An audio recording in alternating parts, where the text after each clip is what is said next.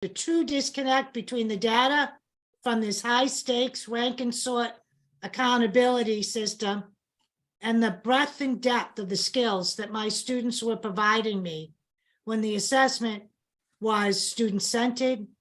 The assessment was created with a universal design mindset, and the assessment allowed for the presentation of the multiple intelligence and diversity of thought that is present in our classrooms. We know better, we want to do better, and our students and communities deserve best practices that reflect authentic assessment that reflects the education of a whole child. It is an honor to introduce our first guest, Dr. Jack Schneider. Jack Schneider is a historian and policy analyst. He is author of the new book, Off the Mark: How Grades, Ratings, and Rankings Undermine Learning, but Don't Have to. Better Test Scores, A Better Way to Measure School Quality, and the co-author of A Wolf at the Schoolhouse Door: The Dismantling of Public Education and the Future of School. Starting September 1st, Jack will be the Dwight W. Allen Distinguished Professor of Education at the University of Massachusetts. Jack. Thank you, Deb. Good to be here with everybody. Really excited to be here this evening because I think we're all here to talk about the future. And that's always particularly exciting in the company of students. And we've got several with us tonight, and I'll have a chance to introduce them later, I think. I think that students among all of us have maybe the clearest understanding of the divide between where we are right now and where we should be. And I know that for me personally, it's more engaging instruction, more authentic forms of learning, and more powerful experiences in school. We're here to talk about how can we build accountability systems, right? Systems that actually respect the work of professional educators, create opportunities for students, empower communities. And we're here to talk and think about how we can ensure that young people are at the center of our work in public education rather than peripheral, right? What are the concrete steps that we need to take now, tomorrow, the day after in order to make that happen? Obviously, in talking about the future, we're going to need to talk a little bit about the present and the past. Where are we right now and how did we end up here? But I want to urge us tonight to remember that our work must be the work of future making as we are talking about assessment and accountability, because we're the ones who have to make it, right? Change is not going to happen on its own. We have 20 years of evidence of that. And in Massachusetts, we've got even more. So on that note, I'm honored to introduce our first speaker this evening, Congressman Jamal Bowman. Congressman Bowman represents New York's 16th Congressional District, and he is a champion of public education, working for all young people, not just in New York, but across the United States. Congressman Bowman is himself an educator, and he's the former principal of the Cornerstone Academy for Social Action in the Bronx. And as he will no doubt discuss, he's the lead sponsor of the More Teaching, Less Testing Act, an act that we should all be working to support. So Congressman Bowman, I will turn it over to you. Thank you so much. Good evening, everyone. It's a real honor to be with you all. I want to start by giving a shout out to the MTA for your organizing and your fighting. I want to also give a shout out to Dr. Rosa. Dr. Rosa and I go way back many, many years, and we're major voices in the opt-out movement here in New York State, but also across the country. I also want to give a shout out to Wayne Awe. I think that's how you pronounce your name. I don't know if we've ever met in person, but I cited your research in my dissertation on community schools. So shout out to you. Wayne. Right on. Thank you. Really appreciate your work.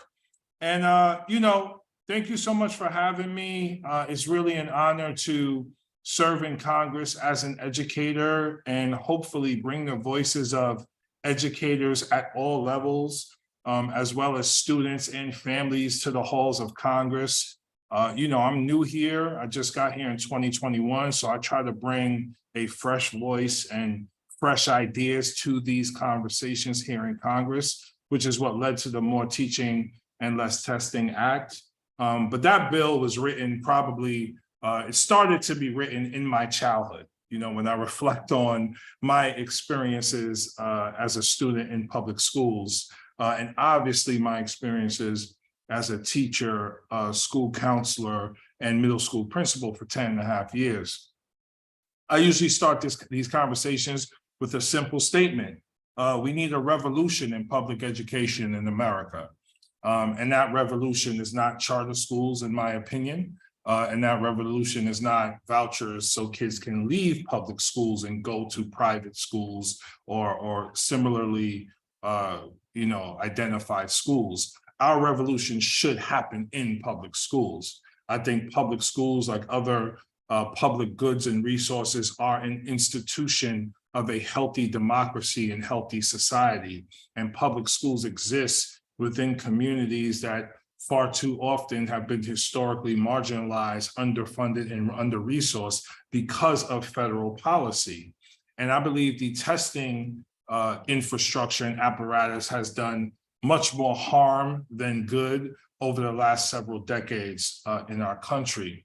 And I think most importantly, and there's so much research that supports this, you can't capture intelligence on a standardized test, on a single standardized test, on a multiple choice test, or even on a written exam. Intelligence is infinite, and there are so many pathways that exist in life for our students to show how brilliant they are, how capable they are, and most importantly, how creative they are. And for me, we should design a public school system that unlocks that unlimited potential, that unlimited intelligence, and that unlimited brilliance, because they could display it in so many ways. They could display it through theater, through music, through dance, through sports, through writing, through hands-on learning and building things, through collaboration, through creativity, through curiosity, through exploration, through STEM, 21st century STEM, and so many other ways that a single standardized test at the end of a school year cannot capture. Now, to be transparent, I think there is a place for standardized testing in learning. I just think we've been overusing it, misusing it, and abusing it for far too long. And I think there was a political agenda attached to it that targeted teachers and public schools so that they could be closed and charter schools could be open, whether they're for-profit or not-for-profit. That's what has contributed to this continued investment in this space. And the data, the data is very, very clear. There are kids who do very well in the current way in which school is structured. And that's great for them academically. I would question if it's also great for them socially and emotionally, and in terms of how they understand the world around them. But then there are many other kids who do not do well in the current system, and we are not doing enough to reimagine and redesign the system so that we can learn more about the kids who aren't doing well, and so that we can invest more in them and what they do well so that they can thrive as well. I believe in a school system and in a society where all children can thrive. I believe it will lead to a healthier society and a healthier democracy. I'm very concerned when you consider what's happening with the Internet of Things, artificial intelligence, the former president, the insurrection, and what that means for learning and students going forward. Because right now we have algorithms that are more aligned to fear-mongering, hate, and division than it is to building community and uplifting humanity. And we see this move politically towards the right, not just here, but in countries around the world that tend to be harmful to the most vulnerable people. So I believe that education is a foundational answer to that if we can facilitate this revolution and do it the right way with students and families centered. I'm going to say and families because our students come to us from homes, and there are many things happening in those homes that they don't get enough support with.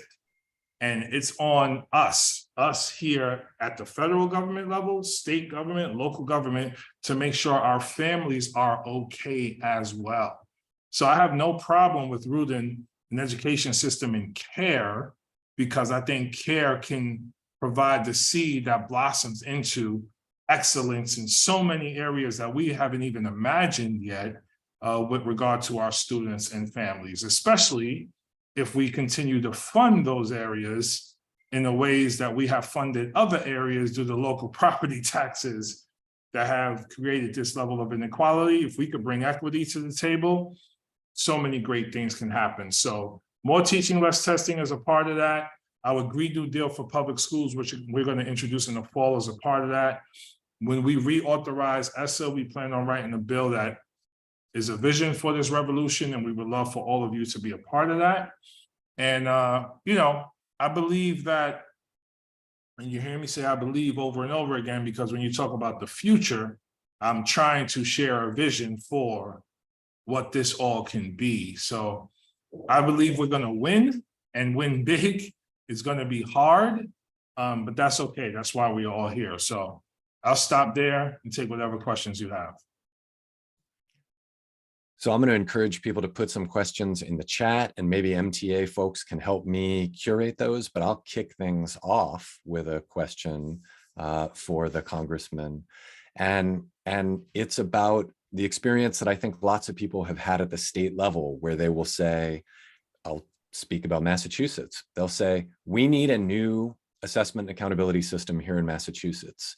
And defenders of the existing system will say, well, you need to change federal law first, right? That's where it has to start. And so I'm wondering, Congressman, if you can help listeners understand, what's the federal government need to do in order to free states to create better assessment and accountability systems? And then maybe the follow-up there, if you want to take it on, is what can we do now inside the states, even in the absence of federal change, right? While activists are doing what they can to make it possible for leaders like you to clear those roadblocks, what are the things that we can accomplish right now?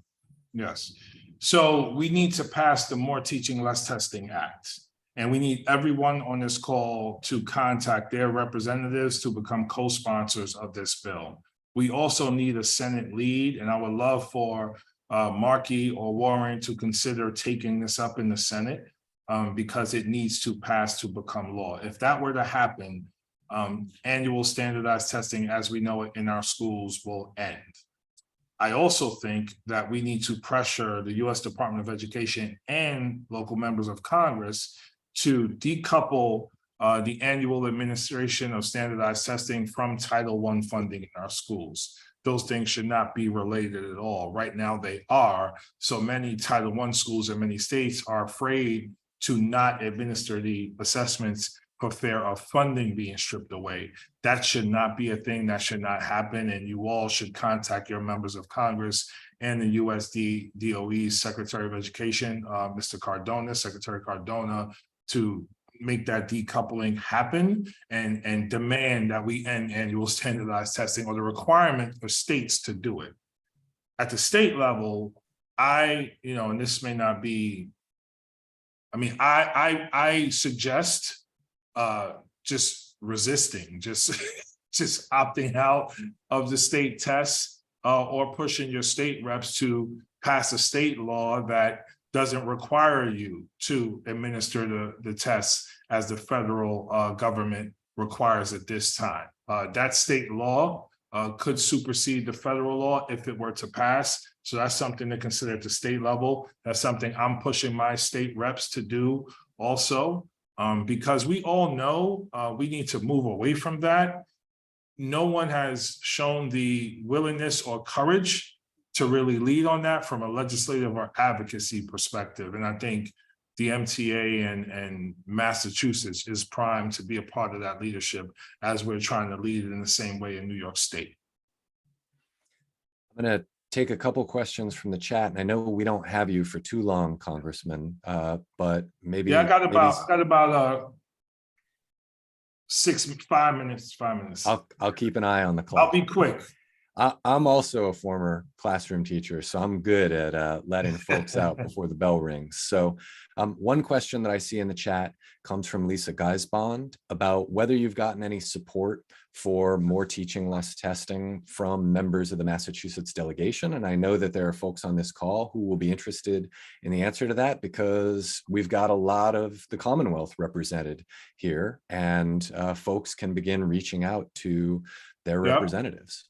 Yep, we have Ayanna Presley and Representative McGovern as co-sponsors. We don't have anyone else.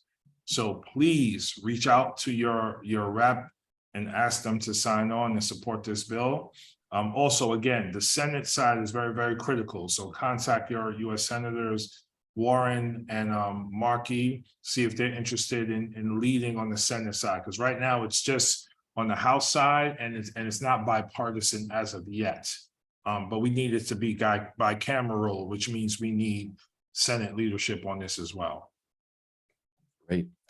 I see another question here from Molly McIntosh Case, who's asking about how opting out works with high school graduation requirements. And I'm just going to broaden that question for you and just say, you know, what's your perspective right now on the fact that I think there are 8 states at the moment that have graduation exit exams. In Massachusetts, it's not pitched that way.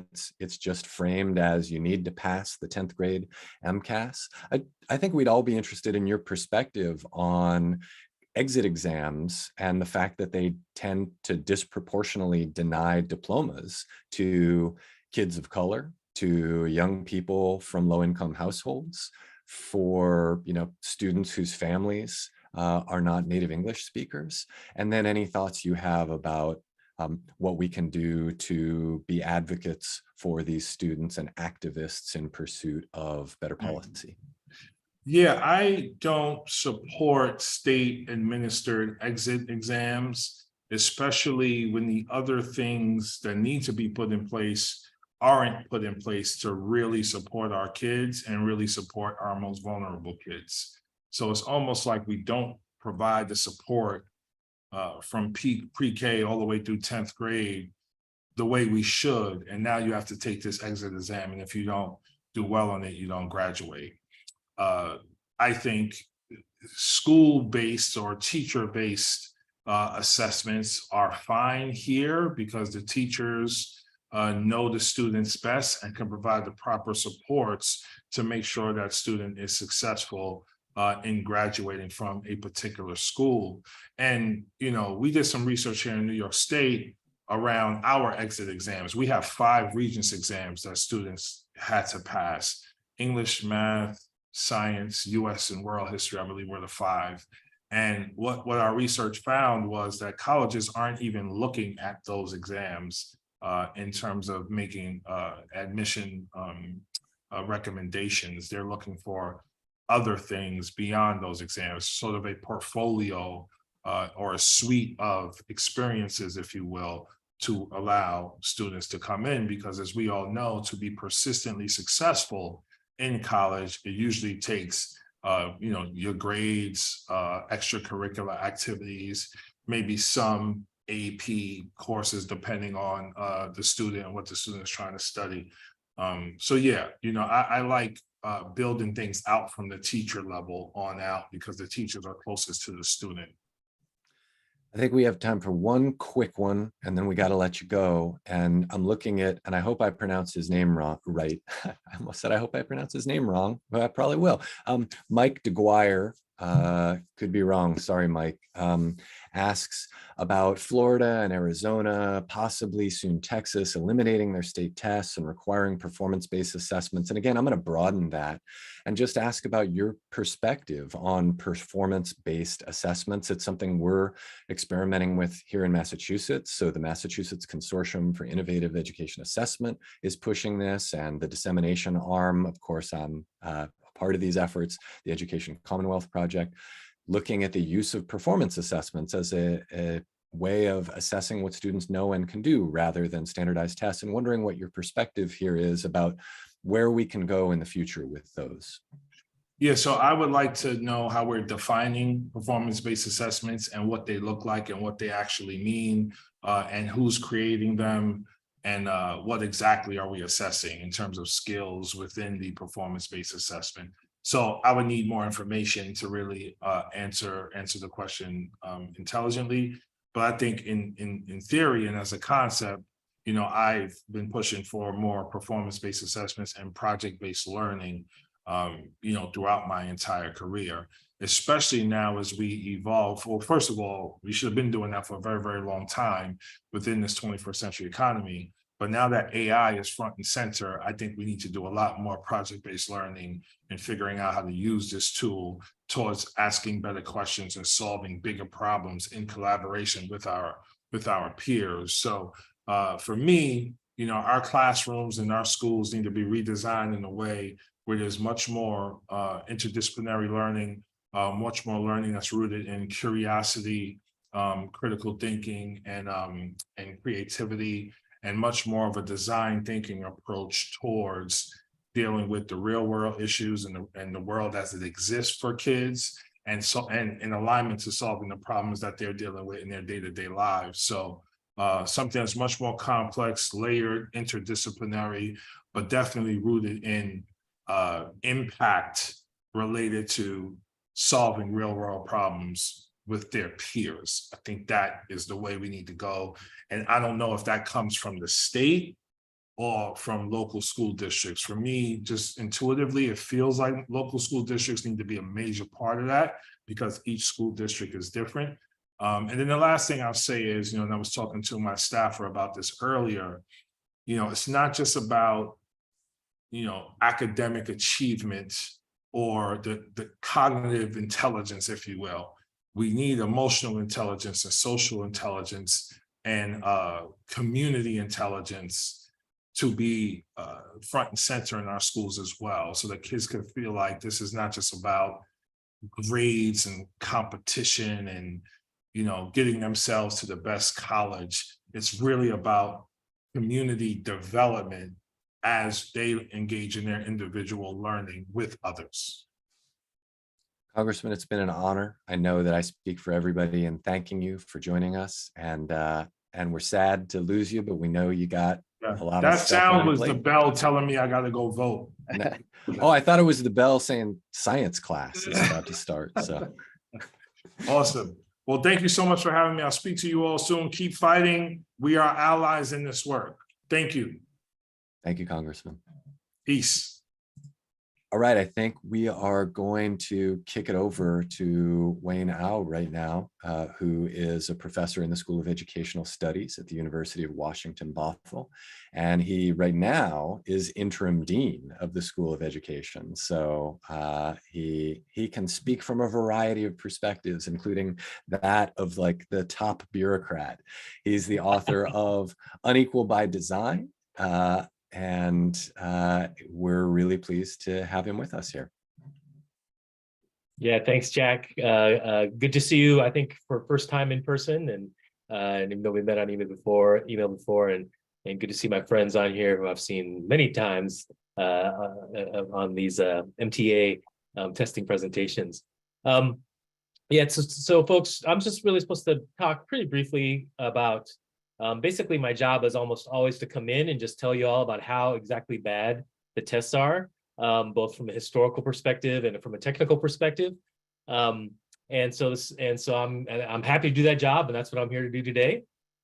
One of the things I like to point out about the tests always is just to go back and look at their origins in super racist and classist IQ testing. Basically, the very tests that we have now that were brought into the public schools came from France, right? And the original French tests weren't bad at all. They were mainly developed for kids to see if young children had developmental disabilities. But what happened is these U.S. psychologists like Louis Terman and Henry Goddard and Robert Yerkes took these tests and they gave them to Army recruits in the early 1900s. And basically, they presumed that these tests were objective. And what they found with their results, their quote unquote objective results, was that like darker Europeans and Black folks and Native folks and immigrants and the poor were all less intelligent than like rich white people who were born in the United States. It should all sound familiar to you at this point.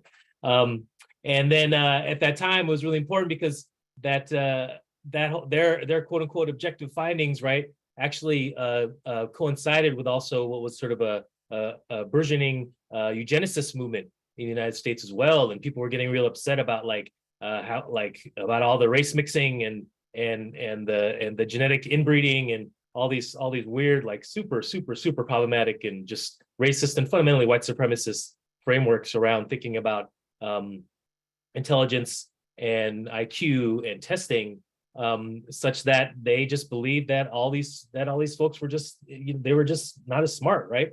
And the test proved that for them. And it's important also to know that all this stuff really is like at the origins of tracking. A lot of people think, well, we can push back on tests, but like I want to keep my IB program or my AP program or my honors program. But just understand it's the same kind of logics that all link these things together. Lewis Terman, for instance, he basically adapted IQ tests for public schools, and that became something called the Stanford-Binet intelligence test. Some of y'all might know that test from back in the day. But even he just believed that there was 4 levels of humans: feeble-minded, quote unquote dull, quote unquote average, and quote unquote superior. And then that whole logics and his rankings and his tracks using the test were brought into schools in Los Angeles and El Paso and Phoenix and San Antonio, and specifically to make tracks, specifically to track Mexican American students in those spaces. And he really believed, like this guy Terman, he was a flat out, white supremacist. He believed that certain races were just deficient, quote unquote, deficient in their IQ. And he said things like, quote, "No amount of school instruction will ever make them intelligent voters or capable citizens," in terms of like Black and Latinx folks. He thought that Mexican families of the Southwest United States needed to be segregated in special classes, and thought that, in his own words, he said, quote, "They cannot master abstractions, but they can be made efficient workers." So anyways, I always think it's important to point out some of these racist origins and the white supremacist origins of high-stakes standardized tests, because these guys' tests, Terman's tests, became very common in all the major school districts across the United States moving into like the 1920s. And it also coincided really importantly with the introduction of mass public schooling and the whole framing around, like, they needed efficiency. They had all these children in public schools, and they needed an efficient system to work with these kids. And so this is how you see sort of the rise of like the creation of schools around more akin to like factories and sort of like capitalist production. And the tests become the assessments, right? It becomes the stamp of inspection to sort of prove that so-and-so, student has made it through the educational assembly line and come out at the end. Now, a lot of folks are like, well, then, but that, that was 100 years ago. So why would you even think about that now? But here's the thing. The tests that we use now, it's really important to understand that they are built along the whole idea of a bell curve, right? And that's the idea, this what's called the curve of normal, what they call normal distribution. And it's this assumption that, like everything else in statistics, there's this assumption that intelligence is distributed in the human population like a bell curve. There's a few people who are super smart down here, and most of us are in the middle, and there's a few people who are super dumb over here, right? That's the logic of it. And our tests are actually normed on this assumption that there's this inequality in intelligence across the US population. And that's what's built into all of our tests. Even the Common Core tests, right? They said, well, the Common Core tests, these are criterion reference tests. They're based on whether you're measuring standard. But here's what they did. They would take the data from the standards-based testing, and then they would norm it along a bell curve, just like they would do for the other kinds of tests. And so they still have that assumption that there's this inequality in intelligence across human populations. And that in itself is literally a eugenicist argument that's at the core of that. But then the thing is, though, so when we look at our tests and we go, well, what's it doing? Well, our modern day tests, we still see, lower achievement for poor folks, in particular for Black and brown folks, for English language learners, for students with disabilities, right? And this ends up being almost mirroring the kinds of inequalities that the original standardized tests from 100 years ago produced.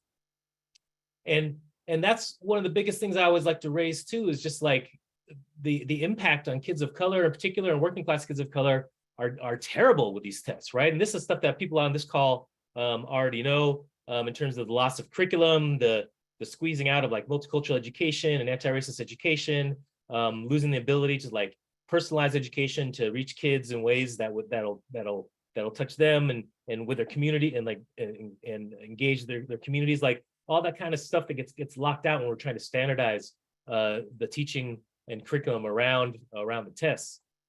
And just as one of the like probably one of the biggest things for me is looking at, there was some folks in the chat who talked about exit exams, and Representative Bowman had talked about exit exams.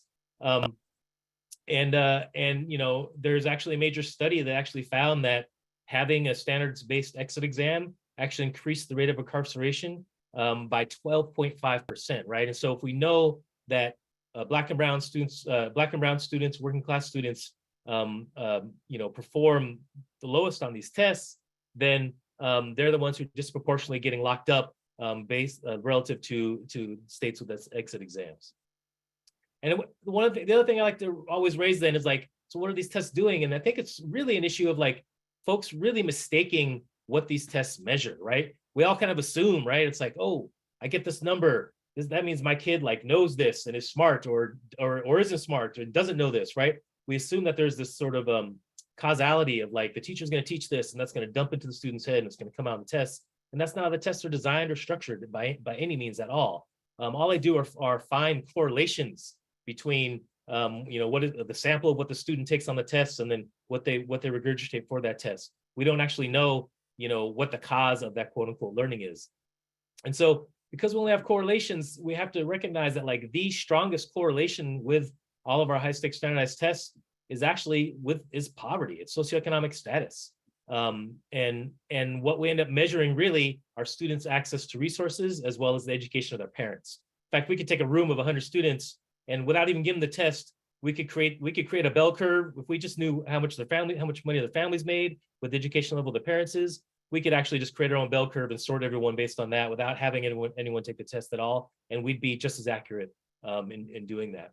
And so that's the strongest correlation are issues related to like housing security, food security, access to healthcare, dental care, livable wages for parents, that kind of stuff all contribute to test scores statistically more than any other factor. And ironically, there's a whole bunch of other things that the tests supposedly measure too that we don't that have nothing to do with teaching and learning. So this is all from in the new edition of my book, Unequal by Design. I like went through the more recent research on correlations around test scores and the kinds of stuff that people are finding of like there's higher test scores, for instance, with more greenness, right? There's actually correlation. The amount of green tree cover and vegetation on school grounds correlates with higher test scores. Cardiorespiratory fitness also correlates with higher test scores. Temperature, schools that have schools that experience more heat without air conditioning, those kids do worse on tests than kids that have access to air conditioning and have cooler temperatures, right? Stress and cortisol levels, that cortisol, like either from environmental factors or from actually taking the test, when those cortisol levels elevate, that also correlates with lower test scores, right? And also cognitive fatigue is another one where we see that like, if you give a test in the morning when kids are fresh, they do better than if you give a test in the afternoon, after they've had a whole day of like activities and stuff. And all this is just to say, like, I don't think the tests measure teaching and learning for anything at all. And all we have are these correlations we're playing with. And it's just to point out, just like, it's kind of mystical and magical, these things that we say we're measuring learning. Actually, we're measuring a whole bunch of stuff.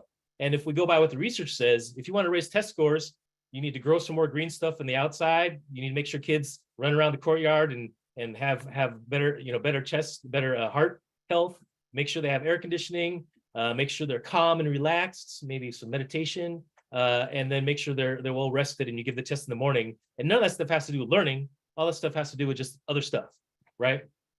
And then, I think in the end, I'm definitely supportive of finding better ways to measure sort of student learning. I'm not opposed to assessment.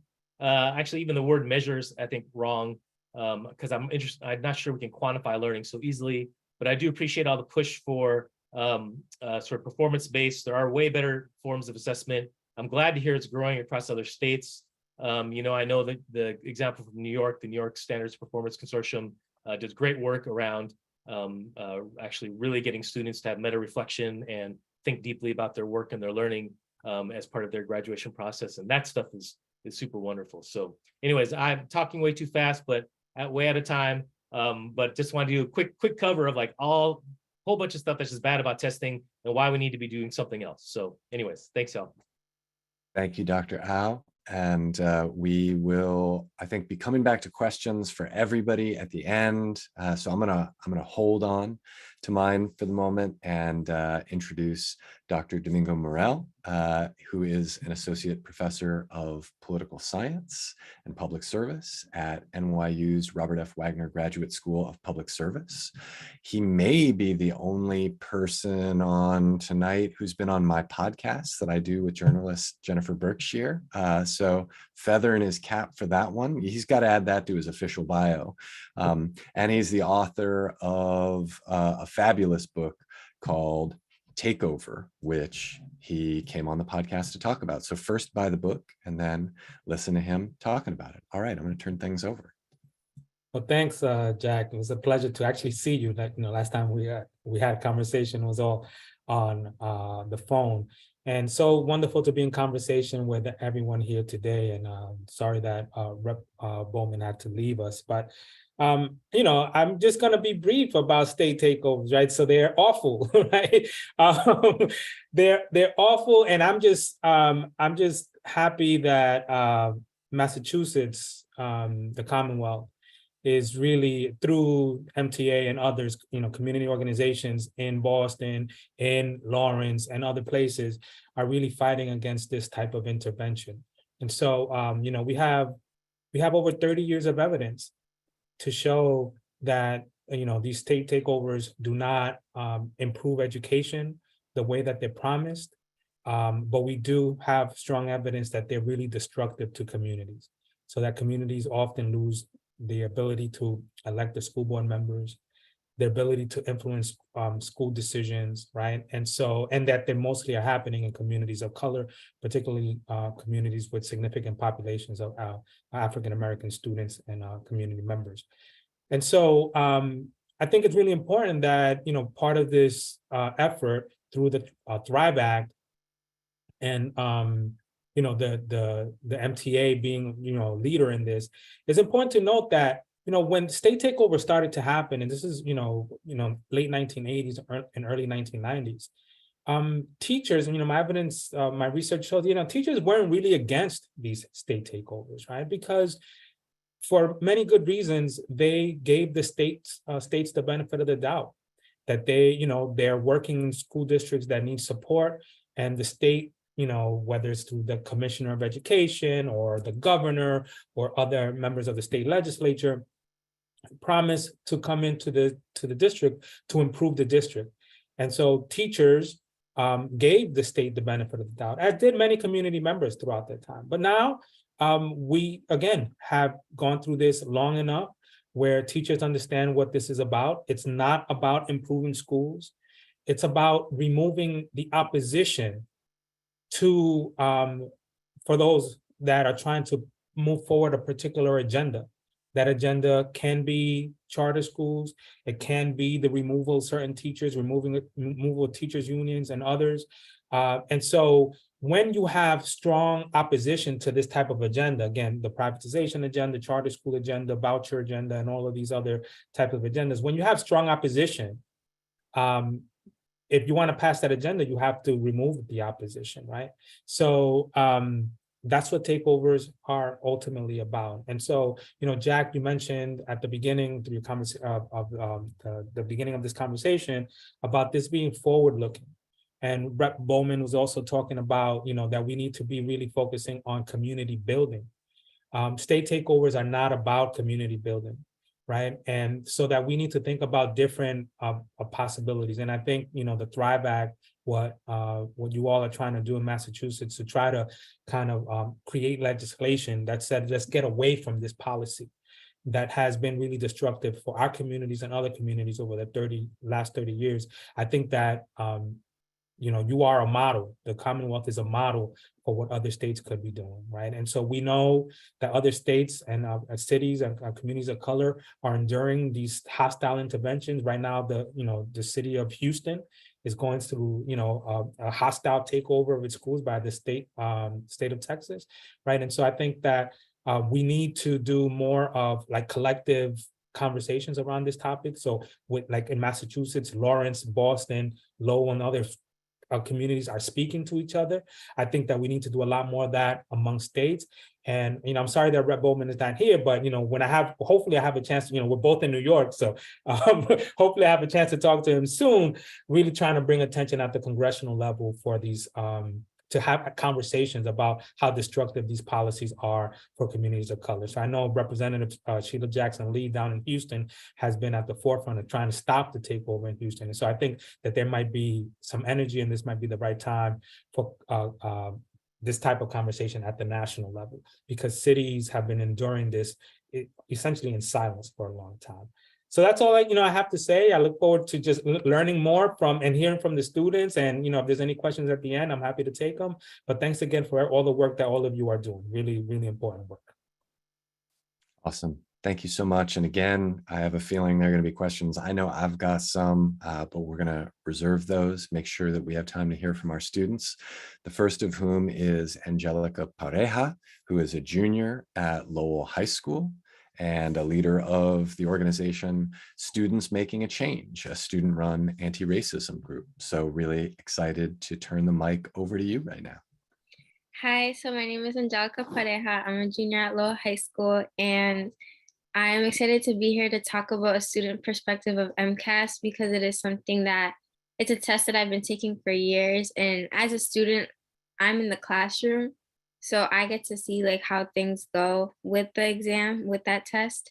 So I first wanted to mention that in school, I'm a very hardworking student. I have a 4.5 GPA, and I keep my grades. Like I make sure I get all my homework done and everything I need to do. But I realized that when I took the MCAS exam, it wasn't an accurate representation of who I am as a student, because although when report cards come out and my grades are excellent and I show my mom and she's very proud, when MCAS results came out, I was very disappointed in the score, and it made me feel like I wasn't a good enough student because of those grades. And over time, I started to realize that honestly, the test isn't fair, because Spanish was my first language and English became my second language. So as I'm taking the test, I realized that those who aren't proficient in English, I feel like the words are placed there to confuse the students. And oftentimes I would have to take longer periods of time on certain questions, because there were questions that confused me as a student and I wasn't able to understand it because English wasn't my first language, which honestly isn't fair, because that is honestly not my fault as well. I also wanted to mention that although in high school, this also affects middle schoolers as well. So I have a brother who's currently in 7th grade, and he has ADHD. And because they took the test this year, he was talking about how it had affected him a lot, because having to sit down for a long period of time, like he just couldn't do it.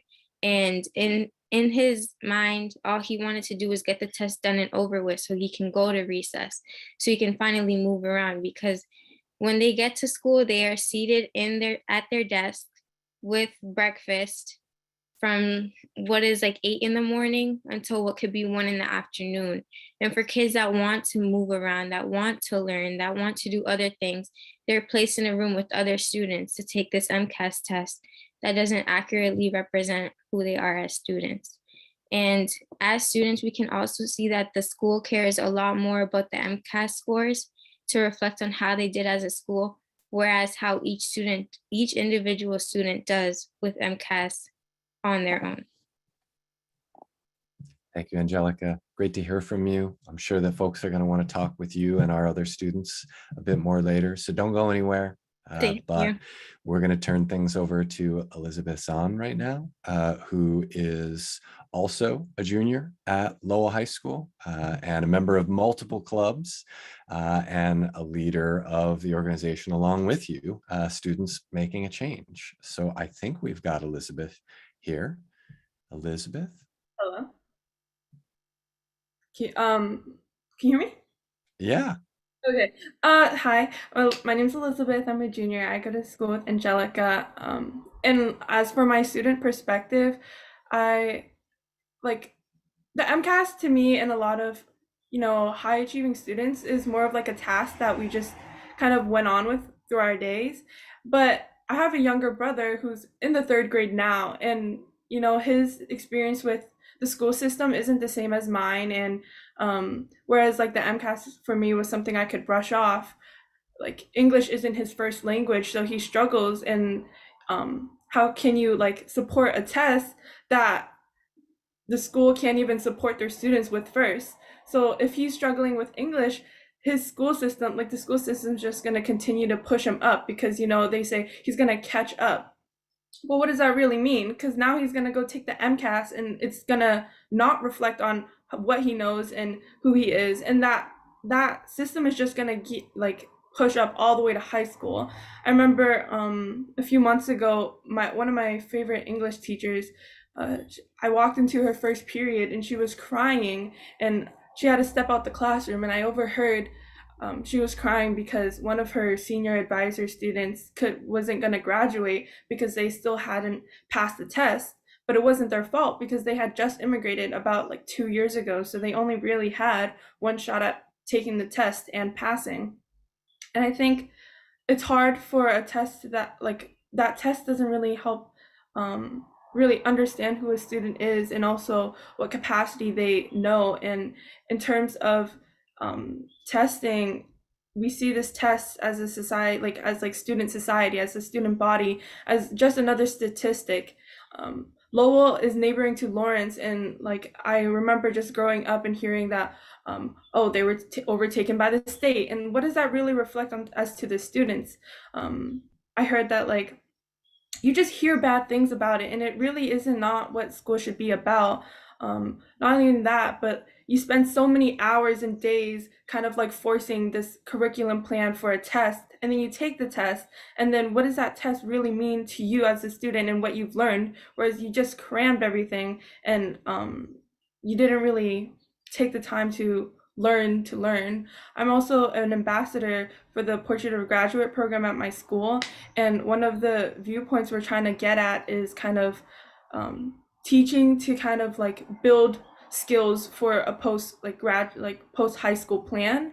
And these tests, MCAS I'm referring to, it doesn't do anything for that. It's not building any skills or further going any further going skills for your future. And I think if we had been more focused on kind of building a curriculum based off of growth, then we would have a better sense of directory. Because tests, like there's always going to be tests in our lives. Like that's just gonna, like we can never fully eliminate it. With that being said, you can build something or even structure like the school system to be less reliant on testing, because we need to be reflective onto the students and what they're learning rather than the students and what they should be learning and whether or not they're meeting that status quota. And kind of reevaluating the test as it, like MCAS as itself, is really important, because what if my brother by the time he gets to high school isn't going to pass? And it's a fear because there are also no support systems to help them pass the test, in the sense of like they know this information. By the time he gets there, they're just going to push forward information saying you should know this, you should know that, rather than teaching him like, oh, like yeah, like these are like the grammar rules, or like this is how sentences are supposed to be structured.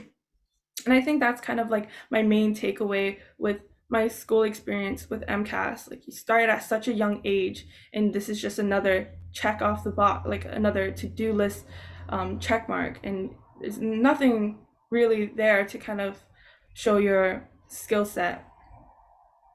Yeah, thank you. Elizabeth, thank you so much. I have a feeling folks are going to want to hear from you in a little bit, but we've got one more student who's going to be sharing with us. So Soleil Guasp, who is a graduate of BMC Durfee High School and a current student at Harvard. And among her interests are education policy and curricular reform. So I'm going to turn things over to you, Soleil. Hi, thank you so much.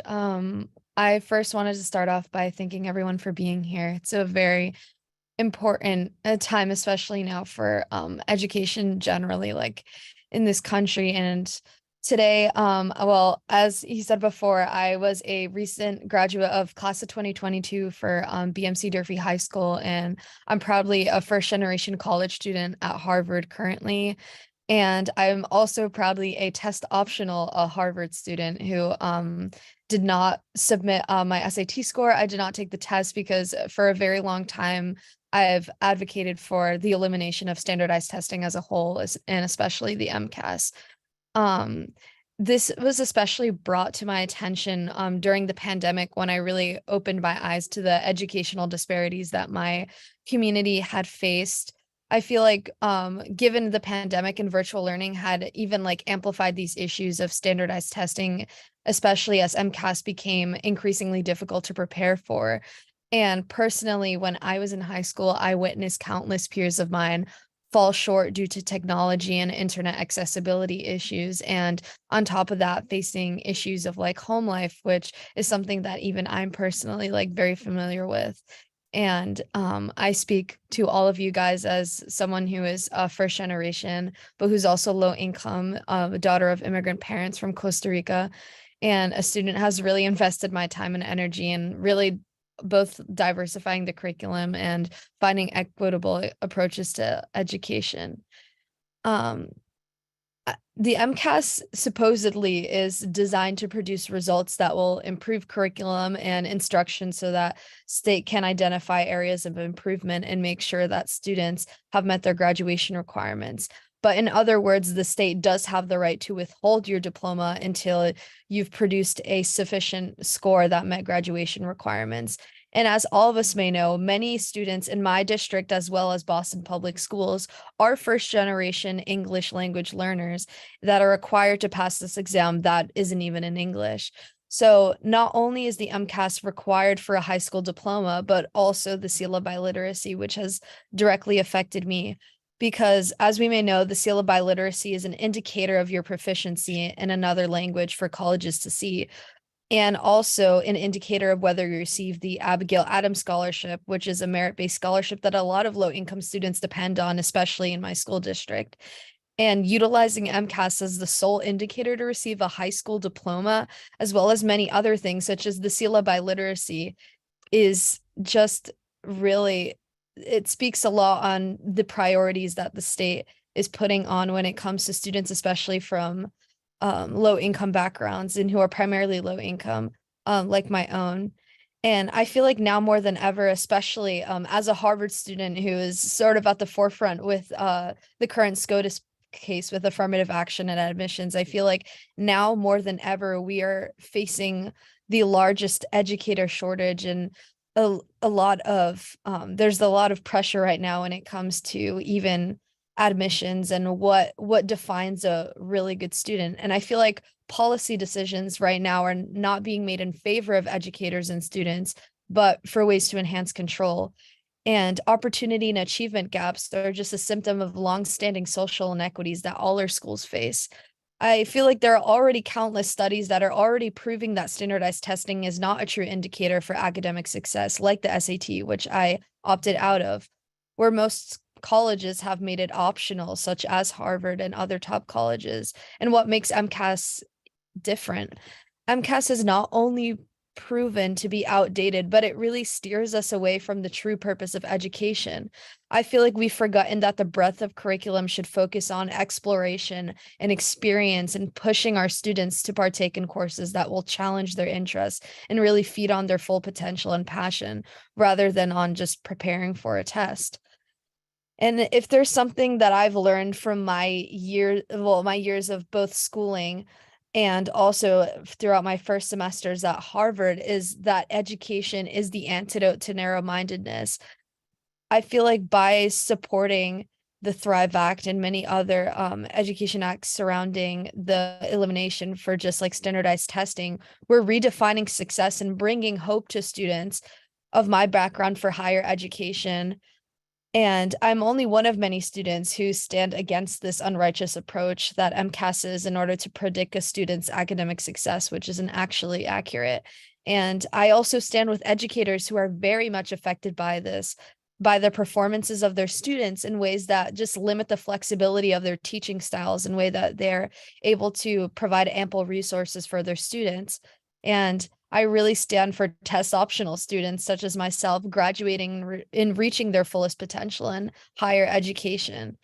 And nourishing these ideas could blossom new innovative methods of education in future generations to take learning into their own hands and prevent them from repeating the same mistake we have imposed upon ourselves throughout history. I feel like keeping these standardized tests is only taking us a step back. And I feel like now more than ever is a time when we need to stop these systems and stop enabling a blaring disparity that inherently disadvantages our basic education. And now is the time to redefine success that shall no longer be determined by your income or your race or your test score of a student. I feel like people like myself, such as like many other students who dream big, have proven that standardized testing does not define your chances at higher education or your chances at success. And now is the time when we need to change that. Thank you. Thank you, Soleil. Folks, we've got some time with our panelists to do some Q&A. So while you're thinking about your questions and putting those into the chat, and again, I'm going to ask for MTA folks to help me sort through those questions because I have a feeling there are going to be a lot of them. I'm going to kick us off with a question for the students, and I've got more for others here, but for the students, the thing that I'm wondering as I'm listening to you is, what do you think a good school does? And then how well does our current assessment and accountability system, which focuses primarily on standardized test scores, attendance rates, and graduation rates, how well does that system capture the features of a good school as you understand it? Like, are we even measuring schools, right? Are we assessing schools here? Because we've been talking chiefly tonight about like, well, we're not really assessing how much students know and can do. And it's a pretty bad way of trying to figure out if students know stuff. But how about schools? Because that's a huge part of this here, right? Is we use standardized test scores as well as a few other metrics to quote unquote hold schools accountable. So Dr. Morell wrote a whole book about how the fact that your accountability ratings can lead to your schools being taken away from you. What's a good school do? And to what extent are we at all capturing it with our present assessment and accountability systems? To start off, I feel like they depend so much on exams and these tests, and they like to put it in other words, MCAS is very valued by the higher ups. It's seen as this is how our school does. These numbers represent the school, whereas it should be students speaking about the school and the clubs that it has and how involved they are. Like, for example, like students making a change that we're involved in, we host workshops with teachers to be able to educate them about microaggressions, about racism. And it shouldn't only, like, test scores shouldn't only matter because at the end of the day, there are other things going on within the school. And students can learn from other things as well besides these exams. Elizabeth and Soleil, anything you want to add?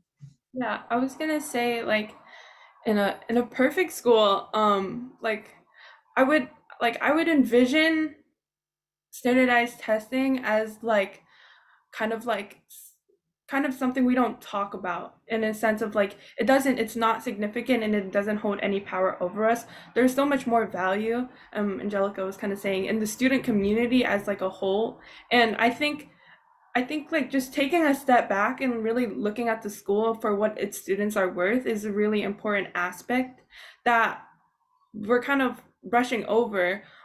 Low High School is an amazing, diverse community, and we have amazing students who are, again, diverse, and most of them are immigrants or children of immigrants and low income. And so we have the daily struggles of just like that being our kind of like persona. But on the other hand, we have this amazing community where we're able to be very progressive, and we have those hard conversations, and we we're learning, we're interacting with each other. And like a lot of our classes, I kind of mentioned before, we're implementing portrait of a graduate kind of like perspectives into our everyday lives, and with that, like building skill sets for post high school. And with that being said, classes that aren't AP are so much better than classes like my AP classes. They're terrible. I don't learn anything. I don't know my teachers. I don't know my teachers. I don't know my the people sitting next to me. I don't even know what's going on in the class because we're just speeding through it, trying to pass the test. Whereas say like a high honors English course that isn't weighted towards any standardized testing, it's so much more in depth, and you kind of learn more from it. You gain perspective, and that's what I feel like school should be about. It's about learning rather than running through education. And in a perfect school, that's what I would look for. Thanks, Elizabeth. Soleil, do you want to add anything? Yeah, so when I think of I mean, to an obvious extent only, let's say the way that I envision like a very great school, or like what defines like a good education, which obviously is a very general question and something that a lot of educators and a lot of leaders in education are constantly asking ourselves, because throughout history we have like changed our curriculum, redefined it, have also done the same thing with standardized testing. And I feel like only based off of history, as I mentioned before, we don't want history to repeat itself. I feel like standardized testing and its roots have only been centered around racism and classism, and has only caused a greater divide in the socioeconomic gap, and also the higher education opportunity gap. And what I would define as a great education is one in which you're able to explore and reach your highest potential, as I mentioned before. Like, for instance, you sort of look at like curriculum for like other schools in terms of like ethnic studies and different ways to explore like different STEM classes. And instead of putting a greater focus on standardized testing, which is like one of our greatest faults like here, and what has been happening like throughout our system, it's just we get to put a greater focus on how much potential like a student can have in terms of like exploring their passions. Like for me, for example, I really just focused. I was one of those students who really did focus on their AP classes because that's what I was encouraged to do. I mean, that's what all of us are encouraged to do, is that the priority is to do well on like your AP classes and get like the basics of that in order to like help with college. But I feel like with that, I've only steered away from really engaging in my full potential in terms of exploring what I want for a career. So then when I came into college, that had greatly affected me, because most of us had put such a big focus on who was getting better grades, or who was doing all of like these things in order to like study and stay up all night. And that is not really like, once you go into the real world, and even in college, like you're encouraged to explore classes that you had never like heard of in your life. And I feel like this needs to be introduced at a much, much younger age. And I feel like with that, it would produce a lot of like greater outcome, and definitely hope for students who want to pursue higher education, because a lot of people who are of low income, or who fall through like the disparities of like standardized testing and education, just simply stop enjoying school because of that, because they're prioritizing the wrong things. So, yeah. Thank you, students. I Go ahead. I also wanted to mention one last thing, where I feel like MCAS is creating these form of robots where there's only a right answer to all the questions, and it doesn't leave the room for students to explain where they are coming from for the answers that they chose. So it's basically, when you take the exam, for each question there's only one right answer. And I know I had talked with Ricardo about this, about how it is forming these robots, because students aren't able to say, well, this is where I was coming from, this is why I chose this answer. and they don't see the human perspective of it. They only see, you got this wrong, you got this right, this is your overall score. So they're not scoring them as human beings taking this test.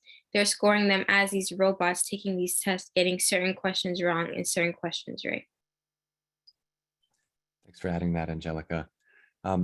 I've got a question that I am dying to ask Dr. Morell, and that is about alternatives to takeover. So what are all the alternatives that we aren't pursuing? Because right now, the dominant model is if the state deems that you are persistently underperforming, they're coming in with the answer. And of course, we all know that it's the wrong answer. We know that you don't exit turnaround, right? It's an endless kind of purgatory. It doesn't lead to schools being improved. It only leads to communities being disempowered.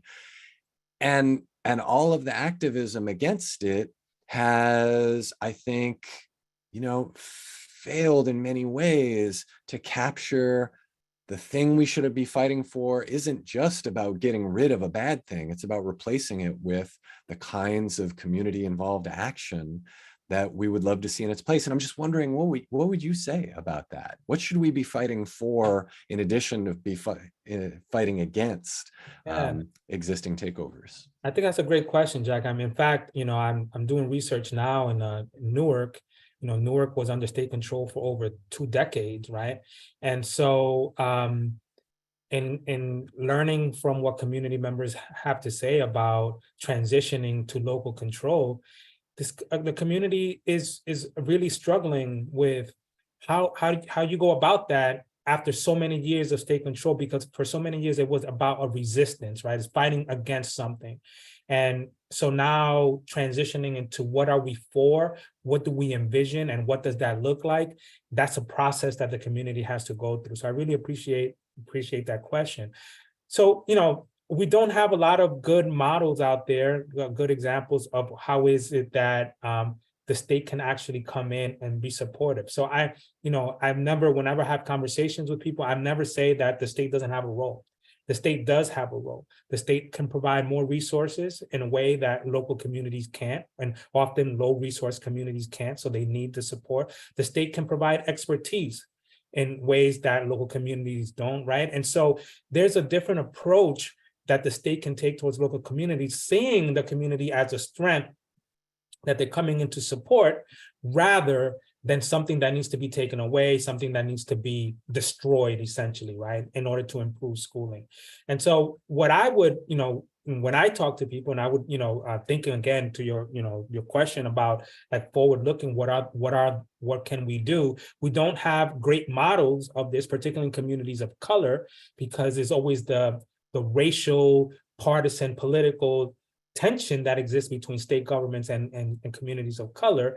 But that future should look like something more collaborative, right? Where communities rely on states rather than have to fight against the state, right? And so I think that is the where we need to be looking at and organizing to put people in place at the state level who appreciate and understand that perspective, rather than one of the takeover mentality, right? And so we just don't have a lot of that, but to be able to point to as great examples.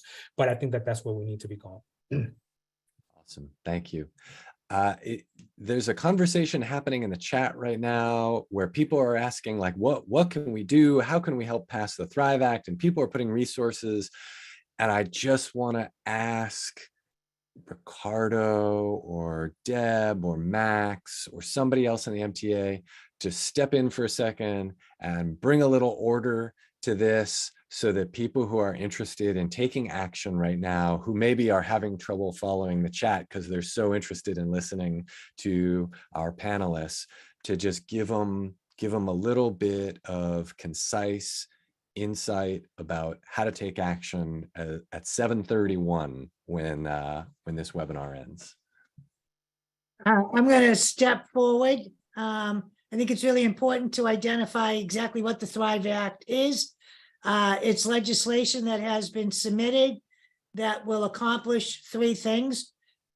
Remove the high stakes punitive rank and sort accountability that has been attached to a one-time score. 2, remove receivership. And 3, create a commission so that we can begin to transition into assessment that is authentic, student-facing, and allows us to educate the whole child. And there are 2 steps that we can do. One is to make sure that your elected representative has signed on.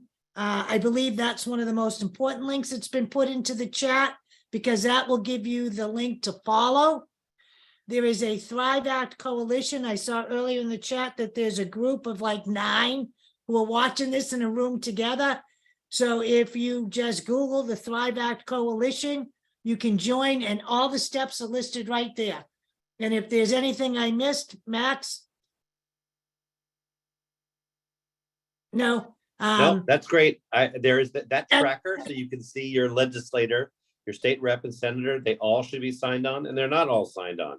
If they say they support public education and they haven't supported the end to receivership and high stakes testing and called for a better assessment system, then they are not truly a friend of public education, and you should call on them to sign on. Yeah. And Jack, if I can for 1 second, because I really don't want to lose how profound of a moment this is for me. But, you know, people just assume that folks go into a classroom because they want to make a difference in their student's life. But there are thousands of educators like myself who go into a classroom because the students make a difference in our life. And we have the opportunity to be in an environment where we learn every single day from the diversity of thought and the diversity of multiple intelligence that our students present. Standardized testing has sucked the joy out of education. We talk a lot about the demoralization of education because we are being denied of the relationships of the communities and the opportunity to learn from our students. And for the 3 students here tonight, I cannot thank you enough for lifting up for me the joy of being an educator, because I have learned so much from you. And I just needed to acknowledge and thank you for it. Thank you, Deb. I'm going to ask one more question, and I wonder if we're going to have time for any more after that, because it's a question that I have for all of our panelists, for Dr. Au, for Dr. Morell, for our 3 distinguished students, and folks in the chat might want to join in on this as well. And the question is, what would a socially just approach to assessment and accountability look like, right? What would it look like if we took seriously the idea that young people matter and that they know things and that the things they want for themselves and that their families want for them should be taken seriously? What if we took seriously the notion that communities that have been marginalized and minoritized actually know things and want things, and that those things matter and that those people matter?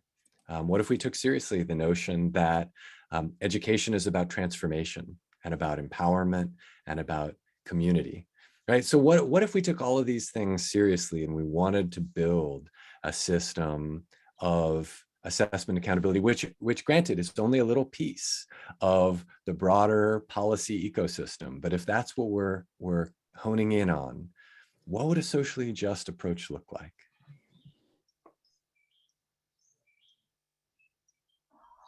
I can start out. I would say like, with all the money already going towards MCAS, why don't like you redirect it and redirect it to more supplies in school, more opportunities, more like more money to pay teachers to come teach our students. I feel like in the game of, capitalism and making a bang with your buck, there's so much more money can do for like a school like mine. What if I had opportunities to do more exploration, but not just in my school, but like in my community? And what if I had the money to kind of like explore what it's like what if it was like an asynchronous type of thing? And there's so much there's so much more opportunities to be transformative when you do have money. And I'm not saying that's the only limiting factor in a school, but I feel like we're also restricted by that fact because classes are being cut because we don't have enough teachers. There's a teacher shortage, so most of my classes are being taught by like long-term subs and like and even then, like the student to teacher ratio, like I have classes that are like literally every single seat in the class is full. What if we had more opportunity to kind of just kind of like change that ratio? I'd love to see that. I also wanted to add, like Elizabeth was saying, like redirecting the money to another area. Recently Lowell High School has added they're called dual enrollment classes, where they are college classes and we get the college credits while in high school. So for example, they're offering sociology, they're offering psychology classes, and these classes that children are enjoying and they learn a lot about. And they're also like, in a way, like dipping their foot into how college classes will be while also getting the college credits. So really redirecting like where the money is going to opportunities like that, because they're helping students not only get college credits while in high school, but being able to observe how things will be in the future as well. Other panelists want to jump in on this one? All right, I can jump in a little bit. I mean, fundamentally, I'm an abolitionist when it comes to testing and also education generally. And part of that means, like, if we're going to talk about any kind of just assessment, we cannot separate it from understanding, like we do this thing where we separate schools from like communities and society. And so any system of assessment that's going to be based on justice is going to have to also be based on justice in the community, where people are taken care of, where folks have food to eat and they have places to live and sleep, and they have safety in their lives, because those are the things that impact like their education more than anything else that happens inside of schools. And so all that conversation for me starts with community safety. And I don't mean in terms of cops, I mean in terms of true like safety and taking care of each other and being safe in who we are in every aspect of what that means. And, so to me, that's all about priorities of funding and spending, just like, students have raised here. I also can't stand watching us spend, billions on various military apparatuses and aircraft carriers and whatever, while we let education, basically, while some folks purposely starve public education in this country. So everything, we just need dough, tax the rich. That's the other way I would also respond. So, And I would just say, as a reminder, I think we understand this, but I think it's important to be said, right, that education is a political project, right? It's a political project, and that education, what a wonderful education looks like is one where people have, their political and economic, social development is allowed to flourish. And so to be very cautious, very skeptical of anyone who wants to so-called improve your education, who's not interested in your economic and political development as a community. And so that if we are invested in the political and economic development of our communities, schools are, as Wayne was just saying, schools are one of many things that make that possible, right? And so, I think that, that's what I would say. Yeah, and going off what he said, I very much agree with everyone's points. Like everyone made such an amazing point based on their own perspective. And the first thing that comes to mind for me is like paying teachers more and just giving them more motivation. I feel like especially during the pandemic is when you witness countless of teachers lose a lot of their spark for teaching, which thankfully I was lucky enough to have one or two teachers who really had inspired me. And although the pandemic had affected them very greatly in terms of their motivation for teaching, how they kept persisting and even went against the rules and changed curriculum and really gave us as students a lot of motivation. I feel like all like falls back to that. Like if you pay teachers more, if you give more opportunities, not only in the classroom for students with diversifying their course loads or their curriculum, but also giving them ample opportunities outside the classroom, which is what I felt my district and a lot of districts who aren't like funded like very greatly like suffer from. And like people like us have to like seek out opportunities or like have to do like very intense research, which is like what I had to do when a lot of schools they are just handed a lot of these resources, which like is amazing, but why can't our funding be geared towards giving that sort of opportunity to be involved like in the community and also feed on a lot of the interests that students have, and that will motivate them to want to pursue it more through higher education. And having the idea that like students of color and low income students, that all of our opinions matter, and this will motivate teachers to continue teaching and want to learn from students. I feel like the most important thing is that education is like a two-way thing, right? Teachers learn from us and we learn from teachers, and that's how life is. Like you never stop learning, no matter what role you have in society. You never stop learning, whether you are like a boss or a legislator or a political figure or an educator. Like you never stop learning, and even as a student. So I feel like putting this emphasis would really redefine education as a whole.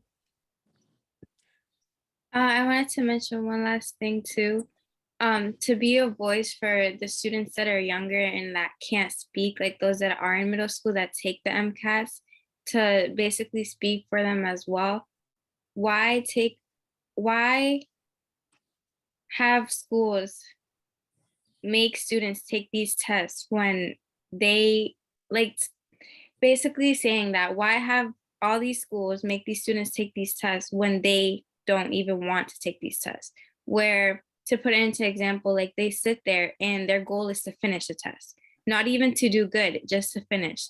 Those in 5th grade, those in 7th grade, their goal is just to finish a test and be able to go to recess, be able to leave the classroom that they've been stuck in for hours.